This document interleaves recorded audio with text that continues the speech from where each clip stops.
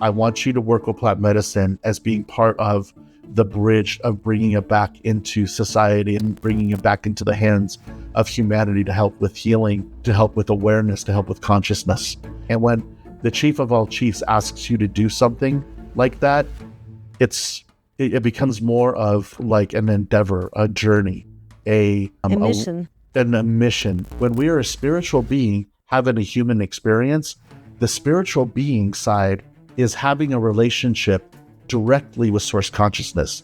And natural psychedelics are a very powerful ally for humans that open the door of our perception. These natural psychedelics are a spiritual technology. Responding versus reacting is one of the most transformative practices a person can integrate into their daily life. Reacting to things is driven by conditioning and fear and past wounds. And responding to things is driven by awareness, intention, and presence. Content presented in Cheshire Corners is for educational and informational purposes only. Please consult a legal professional if you have any questions or concerns about the content of this disclaimer, this series, or the legal implications surrounding psychedelic substances in your jurisdiction.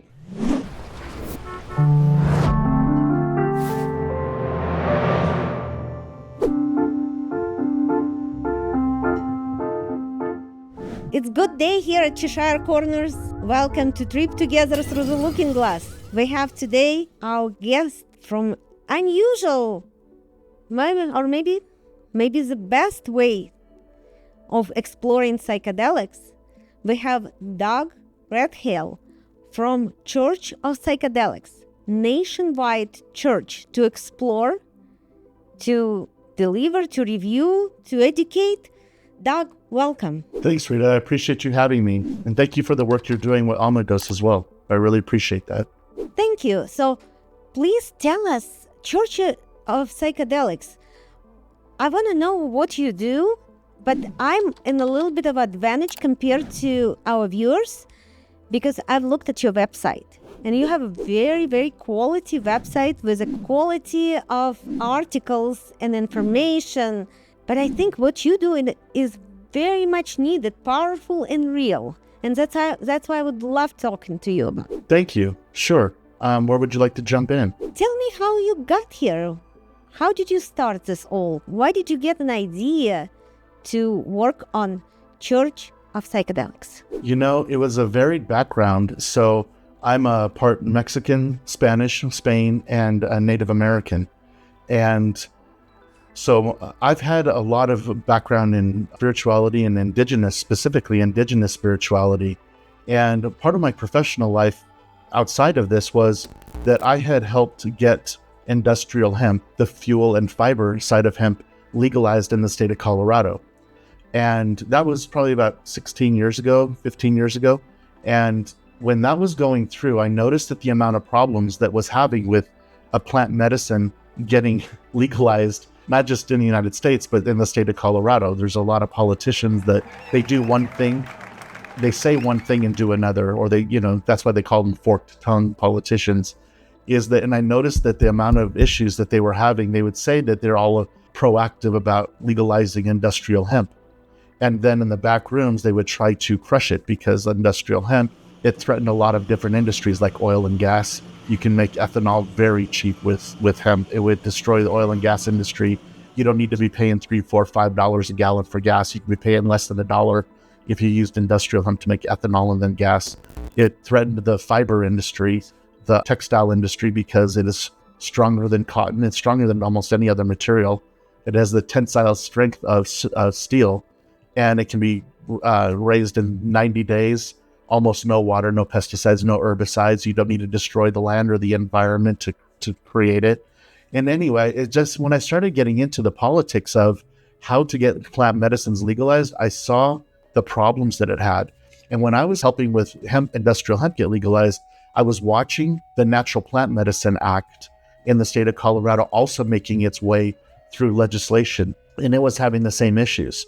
And I started getting involved in that because, again, my indigenous background with plant medicine and ceremonies and that type of thing. And so I started getting involved because I'm like, these guys are going to need help. Not that I was any better prepared to do in addition to what they were doing, but just another pair of hands to get in and to be part of that movement to get plant medicines legalized. And as part of that, when I started seeing how the bill was written and the type of information that was being debated, I saw that inside of the bill was that there was consideration for how indigenous peoples was working with these plant medicines. And so that's when I started to see okay, when I started getting myself involved, I knew that this was something that was going to be very special, because plant medicines were now breaking themselves out of prohibition from the last 75 years and are now making its way back into society and into the hands of humanity. And this medicine already knew and knows where it needs to go and who it needs to help. And that was some of the information that I was receiving from the medicine. And so that's when I started to make a change in my thinking about how to be involved, what was my participation. And that's when I went to Sundance. I was helping with Sundance. I wasn't a Sundancer at that particular Sundance, but I was helping with the Sundance, and Chief Leonard Crowdog, who is the chief of all chiefs of the Lakota people, he had called me and we were talking, and he had called me over to him, and he had mentioned, because we've had a couple conversations about industrial hemp, and he really, really liked knowing more about it and my participation with it. And when he brought me over this time, he had asked me how industrial hemp was doing, and I brought up plant medicine, and he's already knew that was part of something that I was working with. And he asked me, or kind of told me, kind of a combination of, he wanted me to make sure, he's like, I want you to work with plant medicine as being part of the bridge of bringing it back into society and bringing it back into the hands of humanity to help with healing, to help with awareness, to help with consciousness. And that was around 2017, 2018. And then I took his request of having me, because that's a big change. That's asking someone to dedicate their life to something. And when the chief of all chiefs asks you to do something like that, it becomes more of an endeavor, a journey, a mission. A mission in life. Absolutely, Rita. Thanks. That's a perfect word. It becomes more of a mission. So I took that to me on Vision Quest on the hill. They call it Humbletia. Humbletia means basically a vision quest, or to cry for a vision. And when I took that prayer with me on the hill, that was in the foothills of the Rocky Mountains. And that's when it was the second night. And there was a series of events that happened that night, all very supernatural, I guess you would call them. And then that's when the vision came through and really showed me that where this medicine, what it was doing. And it was very mycelial in nature and the way that it is spreading. And it's going to be in every single state over time. And our politicians, bureaucrats, our heads of corporations, that's job it is to prevent stuff like this, they're no match for these medicines. It's coming through. The healing is going to be happening fast. And you're already hearing about some really amazing aspects of this medicine and its curative properties. So, long story short, that's when this bill got passed in the state of Colorado. That's when I moved into development of how to structure this in the way that Western business and the IRS and the different places that need this type of structure. So I realized that the Church of Psychedelics is a very bold name. I did not name it this to make it some type of counterculture statement. I did not name this to mock other religions. I did not name it to connotate some crazy little cult or anything like that. I named it this is because in several years from now, probably not even that long, just the word psychedelics itself will no longer have the stigma that the propaganda so effectively put into place. So, with that said, that's how the Church of Psychedelics came into being. And then, as it started to come into being, it needed a different type of It needed a belief system.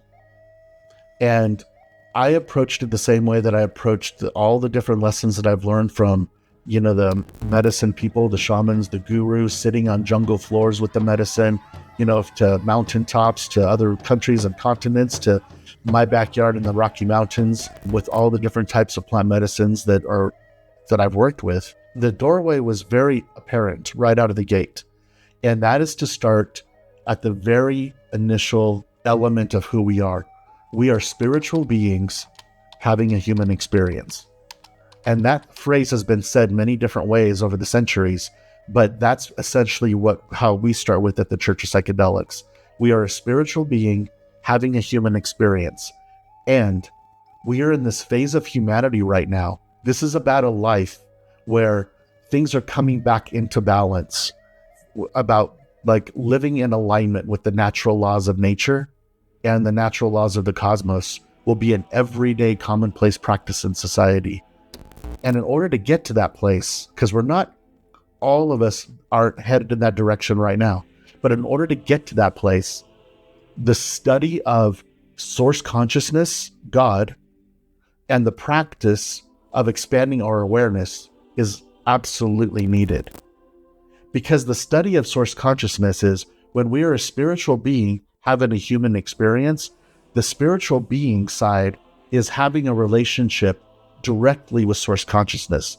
That's why we have the study of source consciousness is one of our main elements of our belief system. And having a human experience, having a human experience is the practice of expanding our awareness. That's what's needed next. And natural psychedelics are a very powerful ally for humans that open the door of our perception. These natural psychedelics are a spiritual technology. And we have a word for that. And that spiritual technology is called entheogen. And entheogen is interesting because it's a Greek, that word has its roots in the Greek etymology, meaning en means within us, within. And theos means God or divine. And gen means to generate or to become.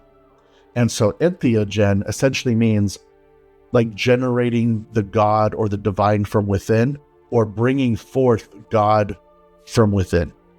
And that's what these if it goes back for thousands of years that the word itself, entheogens, biological things that create a psychedelic experience for us, even with those things that they knew that far back, it's now just coming back into our consciousness now. And that's why I founded the church. I love theology and everything about it. My daughter studied theology. She has a bachelor's degree in theology. I was always fascinated with it. And when, as somebody who came from Soviet Union, who had years and years of experience of being non-believer, coming here, seeing people going to churches, and I was thinking, why do they pretend like they know something? They don't know if there is a God. And it took me a little bit to understand they don't know, they don't have to know. They still searching just like all of us. People going to churches to search. And then when, meeting and understanding psychedelics, I think it is belonged on a side of faith. Because right now, and also in today's reality, we live in a unique time where science and faith meeting together. And it's unusual also to hear all of these religious statements that match in scientific statements, but also matching other religious statements. Like, for example, I'm following Jewish religion, and Jewish Orthodox religion just perfectly aligned with everything you said. Spiritual beings in human bodies here. Absolutely. Makes total sense. My rabbi said, the best he described, I like his story, that just imagine conversation between a refrigerator and electricity. Refrigerator says, what happened to you, electricity, when I'm getting unplugged? And electricity is answering back, You stupid piece of appliance. I'm sorry. I've been here before you and I'm going to be here after you. You were just plugged in.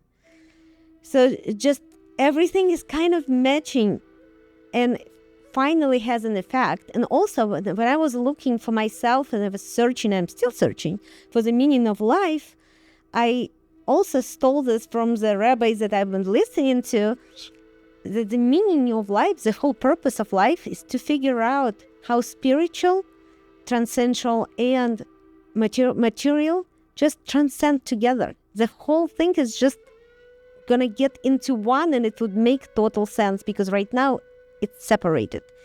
And psychedelics really helping to put it all together. So what is the right cause of creating a church for that? That's part of the reason of building the church. I have a vast amount of experience in indigenous ceremonies and plant medicine ceremonies all over the world. And now that plant medicine, like psychedelic mushrooms, have broken themselves out of prohibition, like I just mentioned a bit earlier, they already know where to go and they already know who to work with. And I think if we draft behind that momentum, then I think that's how it needs to be out into the world. And we've built a spiritual community for people to get educated and learn how to work with these psychedelics for their personal and their spiritual development. And I know psychedelics are new to people, and the powers that be have done a great job of integrating that stigma and that propaganda of these natural medicines. So there hasn't been credible information on the spiritual and healing powers of these medicines for many decades. Our focus at the church is on the safe and intentional use of these natural psychedelic medicines. And so that's why we exist, basically to help people better understand themselves, strengthen their relationships between, like you had mentioned, the mind, the body, and the spirit, and how to become more compassionate, more purposeful, and more fully human. That's the biggest point, is this idea of fully human. And by fully human, what I mean is that we do such a good job at praying and, going to church and these type of things, but you just mentioned it just a second ago about what is the meaning of life, the big questions, right? The big questions we have as humans. What is the meaning of life? And sometimes they're not as complicated as we make them to be. The meaning of life is simply to live it. We've been given a place here in a 3D world to walk around on this planet. This planet has an amazing things to witness, to participate in, to experience. And so basically the meaning of life is just to fill it up. Fill it up with all of the things that we have the ability of our way of being here as a 3D human being on the planet. And filling it up is filling it with experiences, filling it up with people, filling it up with emotions, filling it up with feelings, filling it up with challenges, filling it up with adventure, filling it up with work, filling it up with difficulties. And hopefully, basically, the idea of filling up life is to do that in a way that hopefully we do fill up with more good things than negative things. But both are going to be part of the human experience. That's the endeavor that we are on. Our soul came here to experience life. And then what does it mean to fully embrace the human journey? I think we go to certain things, like you had mentioned some things about the Jewish religion. And if we go back to some of the philosophers of thousands of years ago, even to hundreds of years ago, one of the most phrases that maybe the most commonly agreed upon phrase, just shared wisdom across many spiritual belief systems, is know thyself. I think Plato? I think Plato was one of the first to really put that phrase together, know thyself. And I also think that it may be carved across the threshold of the oracle. One of the oldest structures that we know of that, these philosophers met and discussed things is know thyself. And so to know thyself, it's been a very, to be human is to be, we are a grand central station of all of these things happening that are going through us. Emotions and feelings and philosophies and ethics and morals and all these different things that are inside of us as a human. So sometimes we have to take a time to understand what that means to be fully human. And so our belief system is called the Golden Path. And the golden path has elements to it that create the system. So for instance, we have 5 pillars of consciousness, and those address our, again, going back to we are spiritual beings having a human experience. So we have 5 pillars of consciousness that address us being a spiritual being. And then we have 7 principles of humanity that support the other side. We are spiritual beings having a human experience. So we have 7 principles of humanity that address our human experience. And these are very common, indigenous, been around for thousands of years. Our church, our belief system, we use inspiration from many of the religions for their base components or the root of where some of these things come from. Such as, so some of the principles, for example, would be like truth. What is our relationship with the truth? Honesty. What's our relationship with honesty? Courage. What does courage mean to us? Bravery, respect, humility. These are the type of things that we go, and instead of trying to tackle it all at once, we break these elements apart and we do deep dives into each one of these human conditions. And then we discuss that, because when you put them all back together, it helps that idea of becoming fully human again as well. So that's how we approach it in the church. And to add to it, in order for us to live our life and embrace our life, if we're taking it from a perspective that we're spiritual human beings, that there is a meaning to everything we do, we're taking it differently. And again, from the same source, one person came as a missionary, and he coming back to his teacher, and teacher said, "Tell me what's actually happened. What did you do?" He said, "Well, I just arrived to the cities and I had meetings." No, take it slowly. Just explain everything you did. He said, "Well, I went to a trip. I took a road and I saw the stream of water. I got there, I said a prayer, and I tried to taste that water." He said, "Oh my God, that stream of water was there from the beginning of times, waiting for you to take a sip of that water." And if we looking at the life from that perspective, it just comes way more colorful and meaningful and enjoyable. With this, these are the biggest staples of the church. What does Church of Psychedelics believe?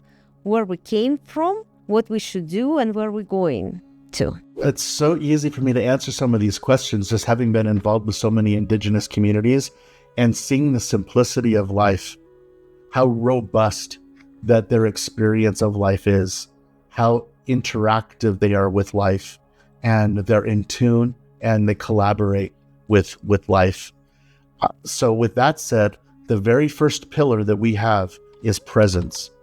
Presence is the practice that awakens all others. And basically that presence is, how do we walk with God, or how do we walk with the Creator every moment of the day?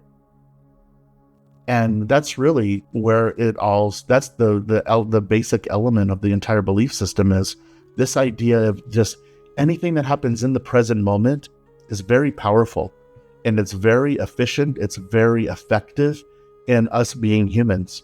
It's when you're in the present moment, responding versus reacting is one of the most transformative practices a person can integrate into their daily life, because being in the present moment and being in the present moment and being able to respond to life as it comes at us versus react to life when it comes at us helps us develop conscious choice.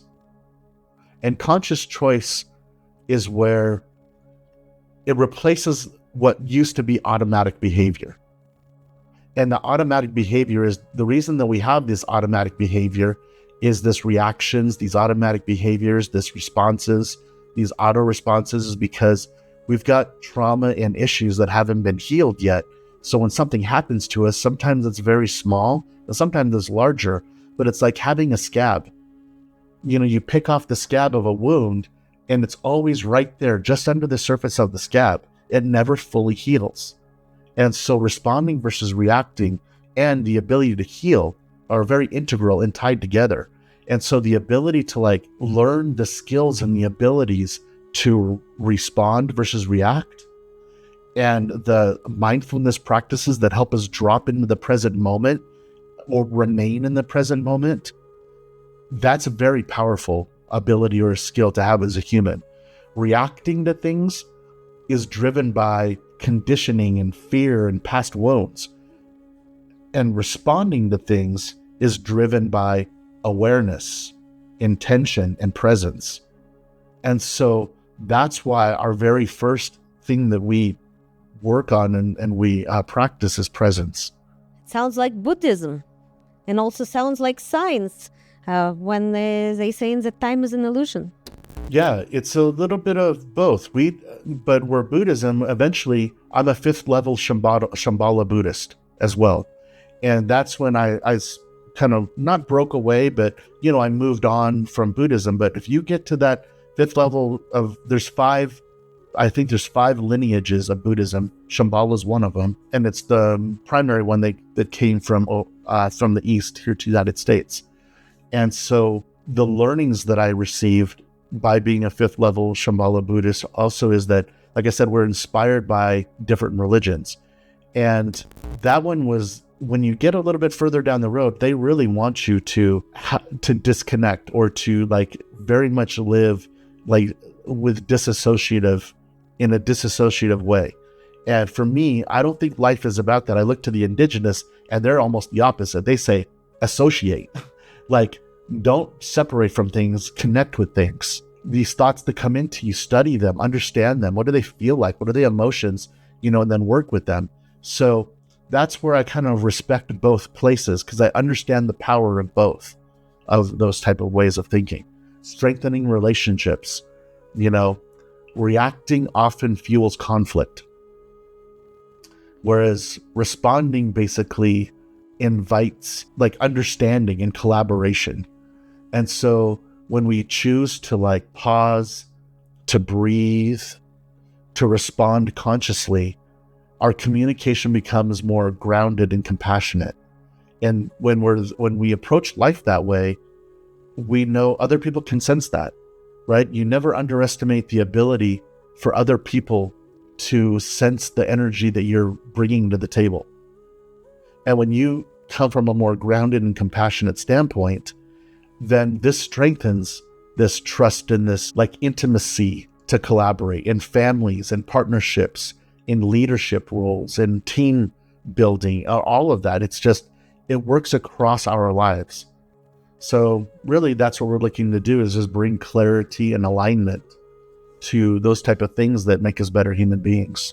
And that leads me to talk a little bit and maybe wrap it up with one thing that's more powerful, in my opinion, than understanding of placebo, understanding of praying, something that maybe calls praying together. I think that togetherness and union of more than one person, and maybe getting into the enough people to make prayer even more powerful. It exists in many religions. People understand that when we are one prayer, when we are one thinking, it's only get us so far. But when we all together and thinking alike and praying alike, praying together to the same thing, I think it's more powerful, and it's something to learn about. And that's where I want for all our viewers to help us out. If you guys can please go to the description of this video, find Church of Psychedelics. Please become members, but I think it's a free membership. It's a membership to learn, to know, to understand, to be a part of, and to pray together. For the psychedelic door to be open more, for us to learn more about ourselves, to be more in line with life, to get a little bit faster to the meaning of life, to answer questions, to ask questions. Please put your likes. Please write your comments. We value your partnership. Help us out to spread the word. So as we come back together, that's what I would want to invite everybody here. If you have an interest in working with natural plant medicine psychedelics, specifically right now of psilocybin or psychedelic mushrooms as part of your spiritual development, then come to the churchofpsychedelics.com And you can see different ways. There's in the resources section, I think there's a way to where it says like free membership or membership. Just join. And joining, what that means is you don't have to not be anything you currently are. Catholic, Christian, Jewish, Muslim, whatever, all religions are welcome. This is a belief system that talks and helps people have an intentional and helpful relationship, powerful relationship with plant medicines to help them expand their awareness and have a deeper relationship with their consciousness for the discovery of this question of we are spiritual beings having a human experience. That's what we're looking to do. And if you want to be a part of that discussion and you want to be a part of that spiritual development, then mindfulness practices, courses, classes, workshops, we have sermons, we have ceremonies, all of that. And this is what our practice. So you're invited from me personally to you to come on and be a part of this community in whichever way that makes sense for you. And as members, we have the ability to deliver sacrament to our members as part of our Religious Freedoms Act that exists that allows us to do this in the United States. So come on board. Not every state is friendly to this as much as others, but the vast majority of the United States, probably like around 35 states, are protected under this Religious Freedom Act that allows us, as you as a member, to receive psychedelics as part of your spiritual development and journey. And then along with the support services, that we help you to work with those and continue to consider the type of discussion that Rita and I are having right now today, and to go a little bit further down that path. Rita, thank you, and I hope to do this again. Thank you, Doug. I hope to do it again. Thank you. Okay, thank you. Much love. Take care.